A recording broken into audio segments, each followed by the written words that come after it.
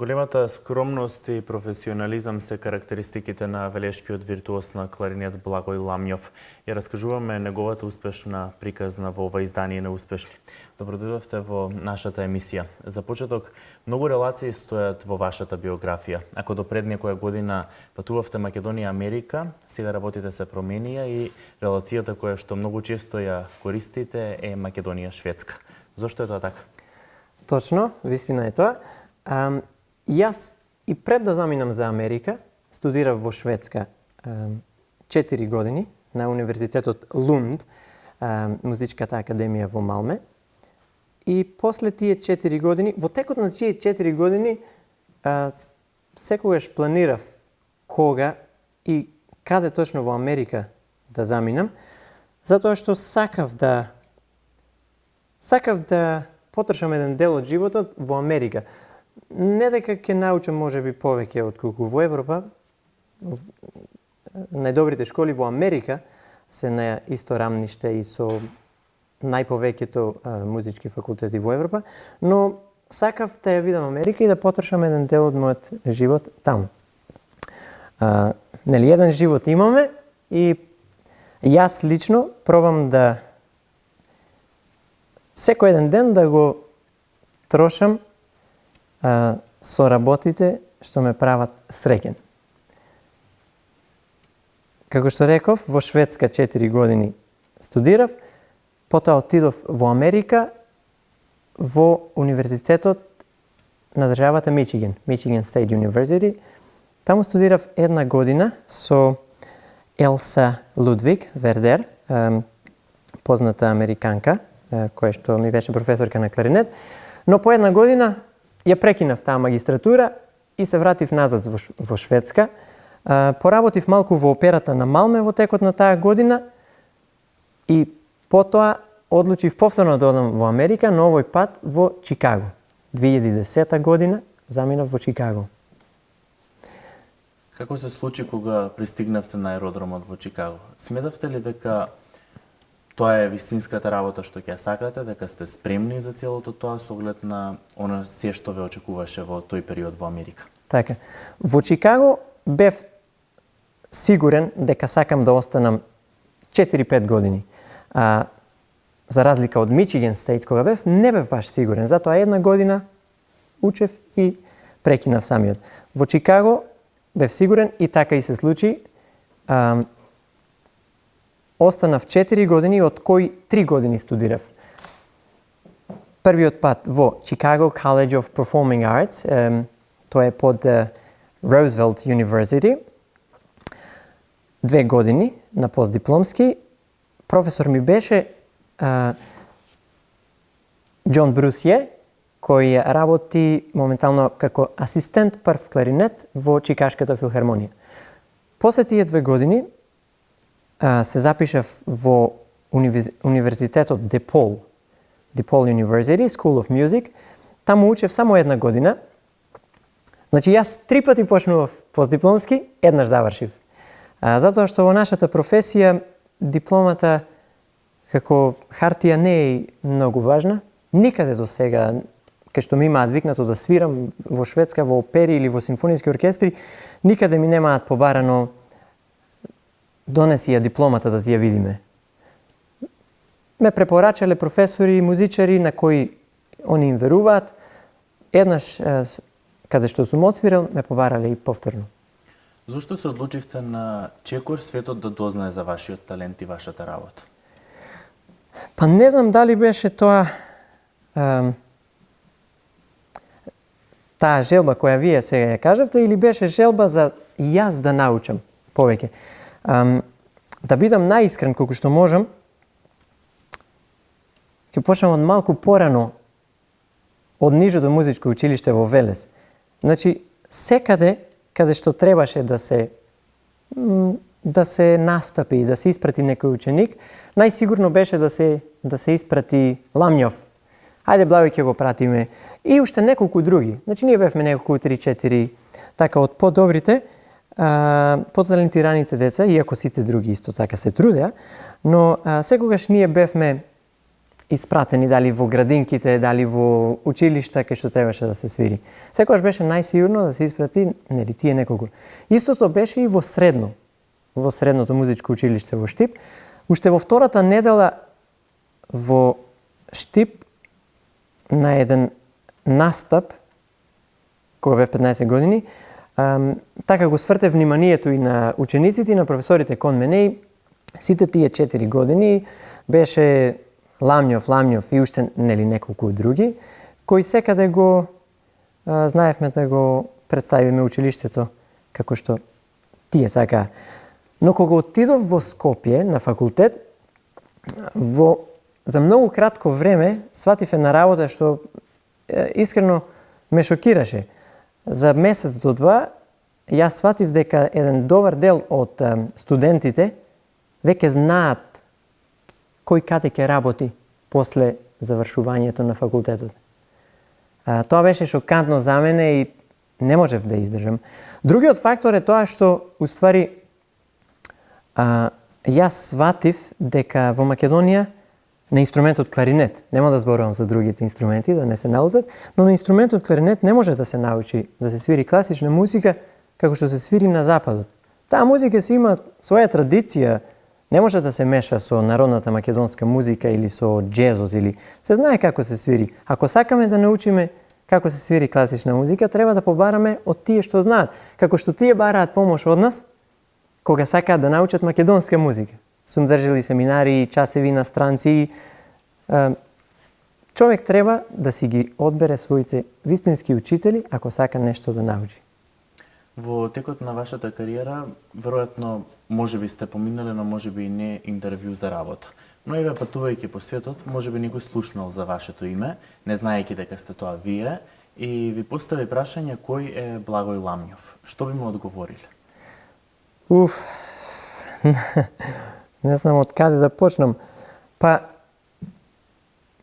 што да одговорам за мене, кој сум, свирам горе-долу 10-11 инструменти, некој подобро, некој помалку. Половина од нив можам да ги отсвирам на сцена, на концерт или на свадба или било каде.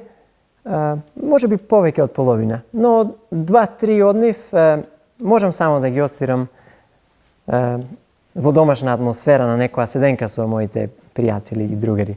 Прво, тоа би му го кажал. Второ, може би сум еден од така нескромно ќе кажам, зашто ја знам вистината која е, може би сум еден од разноврсните класични кларинетисти во светот. Затоа што, да ја запознам и јавноста, нели, со ова прашање, во светот, тие што свират класична музика, најголем дел од нив, не знам колку проценти, 80-90%, многу ретко знаат да научат нешто по слух. Ги добиваат нотите, отсвируваат преубаво тоа што е напишано на нотите. Но, освен класичната музика, не свират друг стил на музика. Затоа јас се нарекувам, можеби, еден од versatile кларинетисти, класични кларинетисти во светот, затоа што свирам неколку стилови на музика, свирам неколку инструменти, сум се трудел, имам и талент, фала му на Господ што ми го подарил тој талент, но и многу сум се трудел. Со вашата музика и вашата изведба сте допреле срца на многу луѓе во светот. Меѓутоа, особено важно е да се спомене она што веќе го напоменавте, дека свирите разноврсна музика, меѓутоа и македонски фолклор. Што повеќе сакате, класична музика или македонски фолклор? Мислам дека подеднакво ги сакам и двата стила на музика и пробувам подеднакво да ги негувам и да ми се на исто рамниште во професионалниот дел од животот. Тешко е да се одржува човек, но ете, стигнав до некое ниво, да речам, и успеав да научам како денеска да можам да отсвирам свадба. Се случувало ете во Америка, денеска да треба да свирам свадба во Детройт. Утре да треба да свирам класичен концерт. Во сите овие 22 години додека свирам, сум се учел како едната музика да не изсмета на другата. Човек треба да знае како и ментално да се смени, но и физички. Да се наштима. Да се наштима, така. Начинот на думање. Затоа што телото е една машина. И го користиме воздухот, ги користиме прстите, ги користиме устните, ги користиме забите, го користиме јазикот. И мозокот секако. Треба човек да знае како секоја тие 5-6 работи да им нареди да си ја завршат својата работа. Човек, значи телото е како една машина.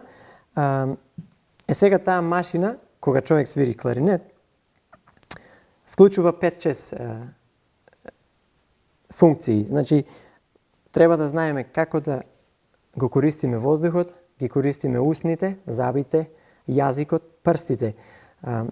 Кога човек свири на еден инструмент, кларинет во случајов, треба да знае како сите тие една со друга работат да си ја завршат својата функција без да бидат вознемирени една од друга.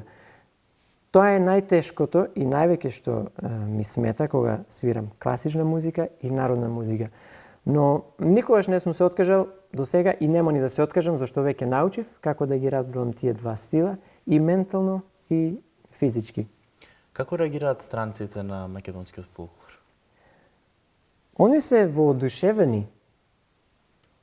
Они има еден добар дел од светот што слушаат македонска музика и општо балканска музика, изучуваат песни, изучуваат инструменти, изучуваат танци фолклорни. Сум имал прилика да свирам во Јапонија за една фолклорна група која ме покани да бидам дел од една голема случка. Сум имал прилика да свирам за странци низ Америка, низ Европа. И знаете како не мора да бидеш од Австрија или од Германија за да слушаш класична музика. Така и тие не се од Македонија, но и те слушаат македонска музика. Јас пробам, се трудам колку што можам во најубаво светло да ја презентирам нашата музика. Патувате многу. Што е оно што е нешто најинтересно на сите тие патувања? Има ли некоја анекдота што досега не сте споделиле со јавноста? Многу се спомени. Криво ми е што не сум си ги запишувал. Од време на време така гледам по некоја слика и се сеќавам на некои интересни моменти, емотивни моменти, носталгични моменти. Кој патување прво ви падна на памет кога ви го поставив прашањето? Не знам. Во едно друго интервју знам дека спомнав за една случка во Кина, кога бев на турнеја во Кина и Јапонија, месец и пол, со еден оркестар од Америка. Седевме со еден колега виолинист, кој е 70 на години стар, и требаше да си порачаме за јадење, но затоа што во менито не пишуваше на англиски, а кинески не знаевме, нели? И не знаевме како да порачаме. Ајде ја викнавме девојката што служеше. И мојот пријател доби една идеја и така, Благој, I got an idea. И ја викнавме, демек добил идеја човекот. Ја викнавме девојката и покажавме на сликата месо и сега требаше да ја покажеме какво месо. И тој ги направи раците овака и демонстрираше крава, нели, говецко месо, нели, и така и направи му. Тоа ни беше интересно. Ве разбра тогаш девојката? Да, не разбра, но јас добив подобра идеја, јас земав за рака и од маса на маса и покажував луѓето што јаде и покажував ова го сакам, ова го сакам, ова го сакам. Многу се спомени искрено. Не знам, имам премногу спомени и во Чикаго и низ Европа, околу 15 земји низ Европа сум бил, во Америка во повеќе градови, во Кина во 15 градови, во Јапонија 10 градови. Кој настан досега во вашата кариера го сметате за најзначаен? Најзначаен, мислам дека беше надпреварот во Чикаго во 2008 година, кај што освоив прво место и добив награда од $9,000. Парите, како пари, тоа се само пари. Не значеа многу, мада да ми помогнаа за наредната година да си платам кирија и да преживеам во Michigan State University Когучев, но сретнав многу интересни луѓе кои што понатаму ми помага додека живеев во Америка. Платија за мојот факултет и во DePaul и во Roosevelt University. Секогаш беа до мене, ме гледаа така како нешто што треба да се негува. Како пердувче, така да не го изгубат. Затоа што во Америка постојат такви луѓе кои пробаат колку што можат да помогнат на млади, талентирани музичари, уметници, особено ако си од Европа. Особено нас премногу не сакаат. Јас ја имав таа среќа и отсвирев добро, најверојатно штом добив прво место, да запознам еден преубав круг на луѓе кои ми го олеснија животот и до ден денеска сум во контакт со нив и покасно ми овозможија да свирам во живо на класичното радио во Чикаго, што илјадници луѓе аплицираат и пробуваат да дојдат до тој концерт. И така, многу убави работи се случија. И приватни забави во нивните приватни домови. Убави спомени. Да. А сте работеле со многу професори. И во Европа, и во Америка сте и запознале многу луѓе во текот на тие настапи. Кој професор има оставено најмногу влијание во текот на вашата работа? Јас секаде го спомнувам мојот професор од Шведска, Андерс Оберг. Тој е мојот крал за класичната музика. Мојот брат Кирил, постариот брат Кирил Ламјов, кој живее во Шведска исто, тој е исто така мојот крал во народната музика. Од самиот почеток, затоа што мојот брат е постар и свира исто на кларинет. Се си добивав на послужавник. Се што требаше да научам, мојот брат скромно ми го покажуваше и ме учеше. Во Америка, од трите професори, ќе го издвојам Џон Брусје, од него научив најмногу. Да. Ја спомнавме наградата во Чикаго. Колку наградите го трасираат патот до успехот на музичарите? Кога човек ќе освои прво место на некој надпревар, тоа не му е гаранција дека од сега натаму ќе живее како солист и ќе патува по светот и ќе свири со најдобрите оркестри.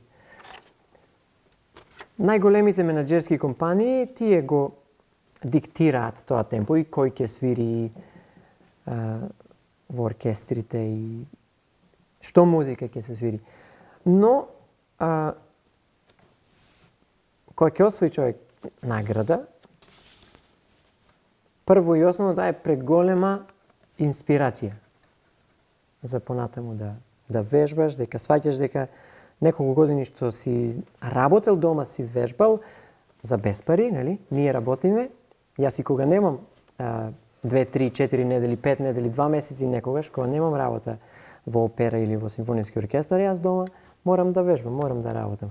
Така да, сваќаш дека ништо од тоа не било залудно. Друга работа, музичкиот свет е мал. Луѓето низ целиот свет сакаат да те запознаат, пишуваат писма, те запознаваат, можеш да добиеш некој семинар, да предаваш некаде, да отсвириш некој концерт. Убаво е. Кога ме водиш ти, само тогаш можам да му се спротиставам на најдлабокиот океан и да допливам до површината, за да ја разберам возбудата што зракот и капките ја доживуваат во моментот на допир. Ова се ваши стихови. Од каде идејата за вакво нешто и колку често пишувате? Сега во неврано ме фати. Па, малку луѓе и од моите пријатели знаат дека пишувам од време на време. Идејата, инспирацијата, би рекол. Не знам, инспирацијата претежно ја добивам во момент на во емотивни моменти или кога сум заљубен. Кога е среќен човек, тешко е да напише парче музика или стихови. Мислам дека не се наоѓа инспирацијата во моливот и хартијата. Таа е во љубовта, во природата, во чувствата, во страстите, саканата особа. Кога некој што го сакаш е тажен, тогаш уште повеќе те боли, па земаш да напишеш нешто. Сте имале ли потреба да се спротиставите на најдлабокиот океан и да допливате на површината?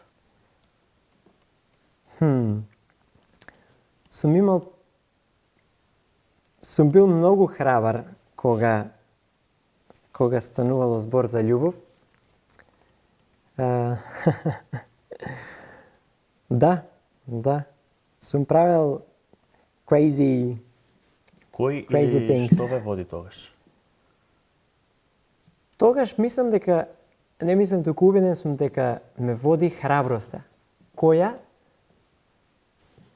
произлегува од љубовта. Тогаш човек е најхрабар. Тогаш се осеќа бесмртен. Тогаш може да отпатува и преку океанот и да бара мотел некаде да преспие, за да го сретне тој што сака да го сретне. Храброст. Храброста е предизвикана од љубовта. Мислам дека нешто многу силно. Покрај сите овие нешта поврзани со уметност, наоѓате ли слободно време за некое ваше хоби? Да, често. Често имам слободно време, затоа што јас сум слободен музичар. Немам стална работа, ете тоа на гледачите да им го сообштам. Работам доста во операта на Малме и во симфонискиот оркестар на Хелсинборг. Се случува некогаш месец-два да имам нон-стоп работа, се случува некогаш месец-два да немам нон-стоп работа. Во слободните денови, кога е зимната сезона, одам на лизгање, се лизгам на мраз. Тоа доста ме опушта. Кога ќе заврши таа сезона, возам ролерки. Тоа е моето хоби. Број 1 хоби би го спомнал и се осеќам преубаво. Заборавам на се, добивам нова инспирација, се осеќам среќен. Затоа што знаеш, човек треба да прави тоа што го прави среќен и со сите 10 прсти така да си го зграби тоа што го прави среќен и што прави да се осеќа убаво. Јас појадувам и гледам цртан филм. Не слушам што се случило во Сирија или што се случува со политиката во Македонија. Не слушам, затоа што не ме прави среќен. Знам да гледам цртан филм наутро додека појадувам, знам да се лизгам на мраз. Тоа не е само за деца, тоа е за за сите луѓе. Музиката е дел и од вашето семејство. Како изгледа една ваша семејна дружба? Од кога знам за самиот себе, секоја една седенка на моите родители со нивните пријатели била со гитари, со песни староградски, особено. И било нешто преубаво. Татко ми, Трајче Ламјов, го знаат повеќето од градот, поседува еден прекрасен глас, кој доста ме инспирирал и мене, и мојот брат, за и ние да се впуштиме во музичката професија. После се имате уште многу да освојувате, но замислувавте ли некогаш дека ќе го постигнете ова? Никогаш, наискрено, додека бев во основно училиште и одев во музичкото училиште Киро Димов, никогаш не ни помислував дека ќе се запишам во средното музичко училиште во Македонија. Си мислев, ајде да се завршам било што и да си свирам свадби. Затоа што јас одев паралелно и во музичкото училиште во Велес и во пионерскиот дом, каде што свирев во фолклорниот ансамбл Бубамари, покасно Вила Зора. И така си планирав да се запишам на било која средно школа, да го завршам и куртул, ајде сега да почнам да си свирам свадби. Но брат ми тогаш ме посоветува кога бев 8 оделение, многу паметно ми рече: добро, учи средно школа и после свири свадби, но не учи гимназија или било што електро, учи музичко средно и потоа свири свадби. Ајде се запиша во средното музичко, кај да сме оделе на надпревари на државно ниво, на балканско ниво, секаде по нешто сум освојувал. Така бев еден од недобрите, сватив дека треба да продолжам и на факултет. Продолжив во Скопје, се случи тоа што се случи, 2 години учев таму. Потоа, заминав во Шведска, почнав од почеток. Среднав интересни луѓе и во Шведска, потоа во Америка, како што кажав. И сега, до ден денеска, кога седам во некој оркестар или кога седам на кафе со некој човек што не знам што свири секој викенд некаде во светот, дури не ми се ни верува и сум многу благодарен на животот што така ми подарил таков поклон. Веројатно има многу падови во текот на сечија кариера, па претпоставувам и на вашата, или така некои неуспеси кои што никогаш знаат да не потиштат надоле. Меѓутоа тие ретко се забележуваат и речиси никој не ги приметува. Луѓето обично знаат да го ценат само успехот. Сте помислиле ли некогаш да се откажете или сте се покајале ли некогаш во животот во смисла на некоја случка или некоја одлука што сте донеле во текот на вашата кариера? Па за сега за ништо се немам покаено. Може би моментално, ке речам, сгрешив, не требаше да дојдам да студирам во Мичиген. Но сега, после 7-8 години, сваќам дека само сум научил нешто повише што сум бил таму. Не може човек да изгуби. Многу е важно кога човек ќе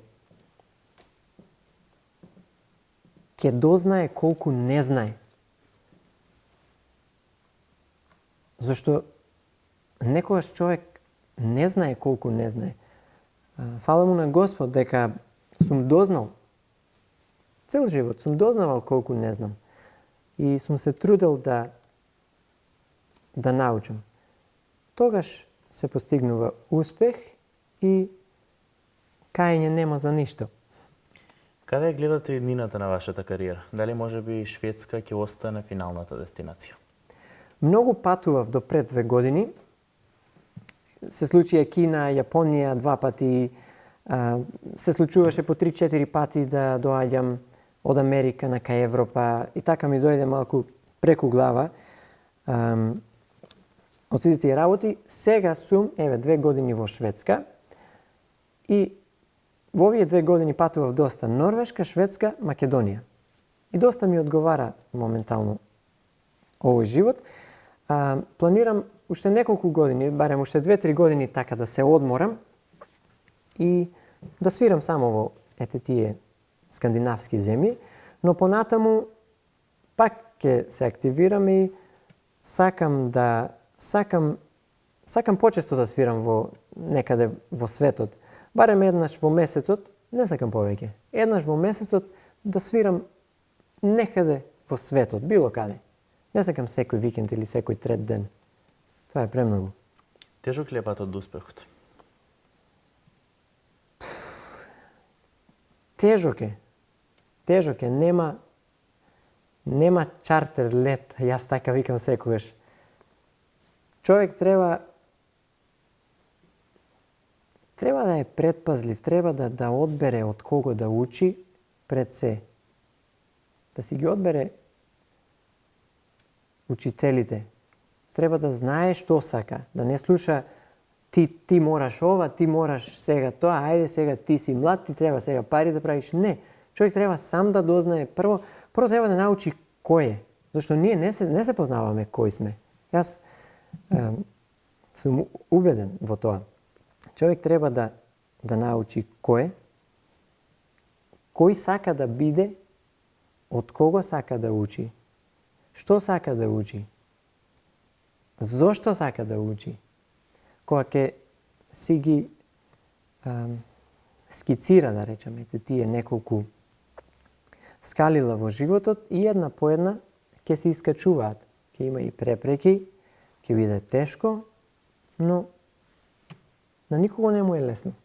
Токму така, почитувани, ова беше успешната приказна на Благој Ламњов, велешкиот виртуоз на кларинет. Останете и понатаму со нашата програма, следна средба ви закажувам за 7 дена.